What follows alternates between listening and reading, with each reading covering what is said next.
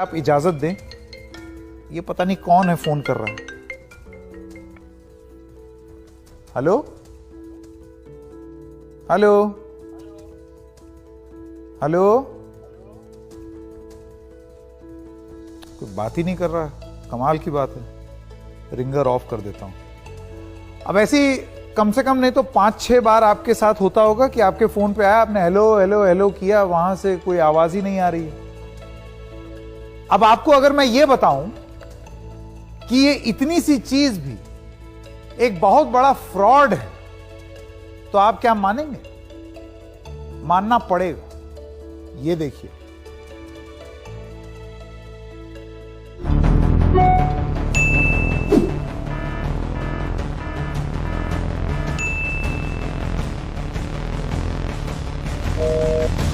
Hello sir. Hello, मैं company से बात कर रही हूँ। यस बताइए। आप हमारे एक इनाम के विजेता हैं। आपके फोन पर एक OTP आया है, वो आप शेयर कर दीजिए।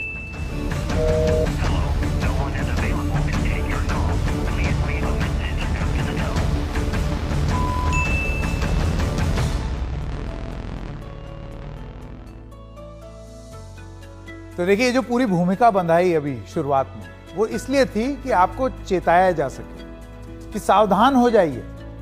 ये नई टाइप की ठगी शुरू हुई है, जिसमें ना तो OTP मांगा जाएगा, ना तो ईमेल भेजी जाएगी। बस ऐसे ही एक मिस्ड कॉल आ जाएगी, आप उठा के हेलो हेलो हेलो करेंगे, ब्लैंक कॉल होगी। और कुछ मामलों में तो आप ये सोचिए कि आपको कॉल उठाने की भी जरूरत नहीं है। आपने अगर अपने फोन की घंटी बजते रहने दी, इतने में ही काम तमाम। आपको लग रहा होगा ये कैसे हो सकता है, क्या मजाक कर रहे हैं। ऐसा हुआ है, और कैसे हुआ है आइए आपको वो बताते हैं। अब दिल्ली में सिक्योरिटी एजेंसी चलाने वाले शमशेर सिंह के साथ यही जालसाजी हुई। 13 नवंबर को वो जब अपने घर पर ही थे तो मिस्ड कॉल आई उनके फोन पर। दिल्ली में ठगी का एक हैरत अंगेज मामला है। सिक्योरिटी एजेंसी चलाने वाला निशाना बना। 13 नवंबर को शाम 7 बजे 8:44 पर शमशेर सिंह के मोबाइल पर कई कॉल आए। कुछ कॉल उन्होंने उठाए, लेकिन कोई आवाज नहीं आई। मोबाइल पर कई कॉल उठाए ही नहीं, मैसेज के जरिए OTP भी नहीं मांगा किसी ने। तो उनको लगा कि ये कॉल है, कनेक्ट नहीं हो रही है, तो उन्होंने फोन रख दिया, अपना काम करने लगे। लेकिन अचानक उनके अकाउंट से पैसे निकलने शुरू हो गए। उनके करंट अकाउंट से 1 नहीं, 2 नहीं, 5 नहीं, 10 नहीं, 20 नहीं, 40 नहीं, 50 लाख रुपए निकाल लिए गए।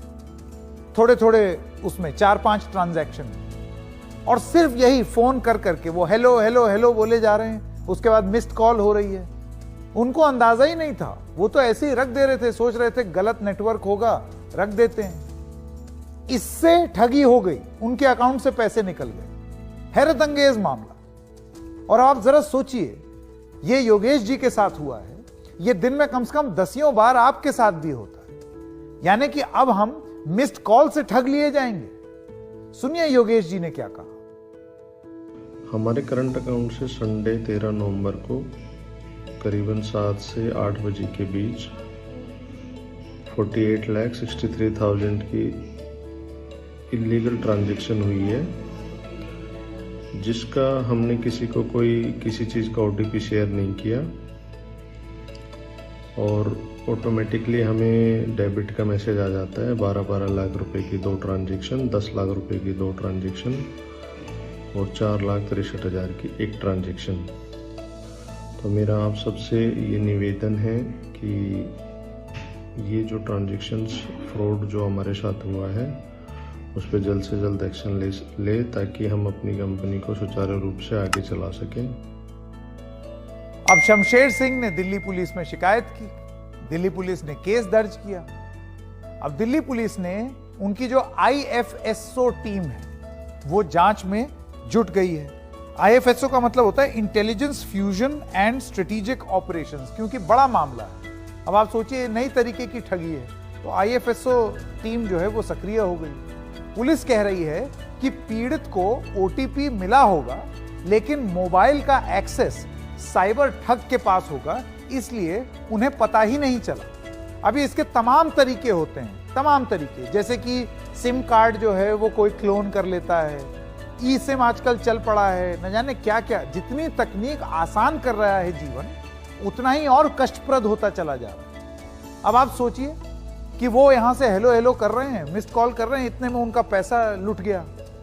और अब पुलिस इस जांच में जुटी है कि कैसे लुटा होगा, कि मिस्ड कॉल से उनके साथ ठगी हो रही है। ये कैसे ओटीपी आई, क्या हो क्या रहा था उस समय? क्या एक क्लोन फोन था, सिम कार्ड किसी के पास, कि यहां वो हेलो हेलो कर रहे थे, उतने में वहां पर ओरल ओटीपी, कभी कभार होता है ना, मैसेज नहीं आता तो आप बोलते हैं कि मुझे फोन करके ओटीपी बता दो, तो वो दूसरे सिम पर तो नहीं जा रहा था। ये सारी चीजें अब जांच का विषय बन गई हैं दिल्ली पुलिस के लिए।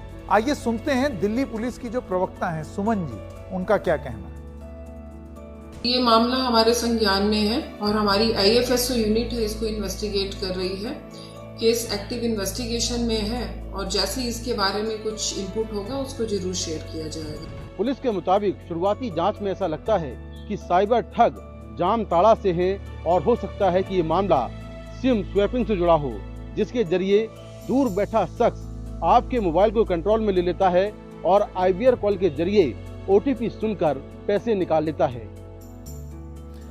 अब देखिए, ये क्यों हम लोगों को सबको चेताया जाना चाहिए या क्यों हमको इसको गंभीरता से लेना चाहिए?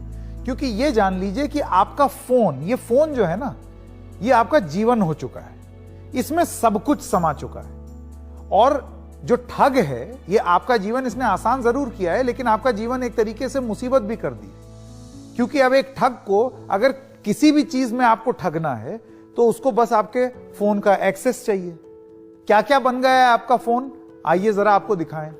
ये एक अजीब सा ब्लैक होल बन गया है। एक के बाद एक डिवाइस इसके मुंह में जाते चले जा रहे हैं। जरा फुल फ्रेम जाते हैं, आपको दिखाते हैं। जो फोन रूपी राक्षस है जो ले करके हम घूम रहे हैं, ये बैठ के फोन बाबू सब खा गए। कैलेंडर खा गए, कैलकुलेटर खा गए, घड़ी खा गए, कैमरा खा गए, एल्बम खा गए, यहां तक कि टीवी खा गए। अब कौन बैठ के देखता है टीवी? इसी में देखते हैं मैच वैच। रेडियो खा गए, डायरी खा गए, डेबिट क्रेडिट कार्ड तक खा गए, बैंकिंग के सारे ऐप खा गए, किताबें खा गए, अखबार खा गए, नोट्स खा गए। और इसीलिए इन सब चीजों में आपको इस्तेमाल फोन करना होता है।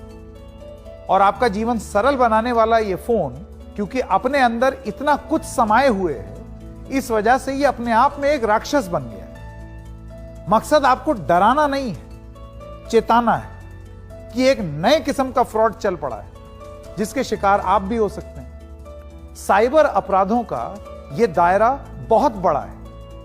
पिछले ही दिनों देश के सबसे बड़े और नामी अस्पताल दिल्ली के all India institute of medical sciences यानी कि एम्स अस्पताल पर साइबर अपराधियों ने हमला किया और उसका सर्वर हैक कर लिया। अब आप देख रहे हैं, जैसे ये देखिए किस तरीके से आपको ये जो फोन है, सर्वर हैं, इस सब के चलते आपके हाथ में चलता फिरता एक ऐसा यंत्र है जिसको लेकर के जो चोर है और ठग है वो जासूसी कर रहा है। कहीं बादलों में, क्लाउड में छिपा हुआ, कहीं और, आपको पता ही नहीं है। आप फोन जो है वो अपने बच्चों को दिए दे रहे हैं, आप फोन माताओं को दिए दे रहे हैं, पिताजी को दिए दे रहे हैं। वो अभी बड़ी मुश्किल से जूझ ही रहे थे पुराने वाले छोटे फोन से कि आपने ये स्मार्टफोन थमा दिया कि व्हाट्सएप पे वीडियो चैट करेंगे। वो उससे संघर्ष कर ही रहे हैं कि इतने में किसी ने उनको फोन कर दिया। अब उनको क्या मालूम, अगर ये हेलो हेलो मिस्ड कॉल वाली अगर बात चल पड़े तो उनको क्या मालूम कैसे निपटा जाए इससे।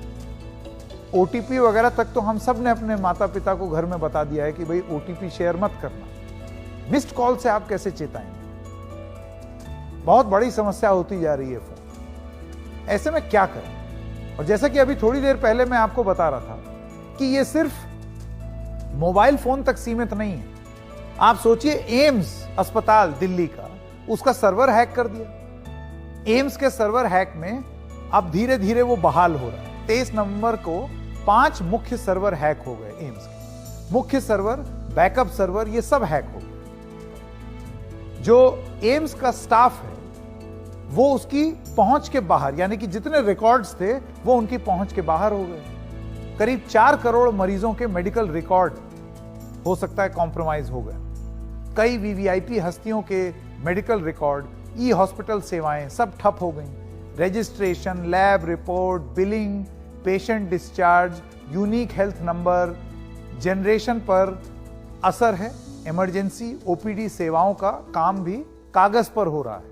अस्पताल का काम धीमा हो गया है, मरीजों को काफी परेशानी हुई है। और आईएफएसओ टीम, ये वही टीम है जो कि ये मिस्ड कॉल वाली ठगी की जांच कर रही है, वही टीम इस मामले की भी जांच कर रही है। उसमें एनआईसी भी है, सर्ट इन जो कि एक बहुत बड़ी सरकारी एजेंसी है जो कि साइबर फ्रॉड वगैरह को ध्यान से देखती है। ये सारी एजेंसियां अब सक्रिय हो गई। अब एम्स के सर्वर हैक पर अपुष्ट सूत्रों के मुताबिक क्रिप्टो करेंसी में करीब 200 करोड़ रुपए मांगे गए।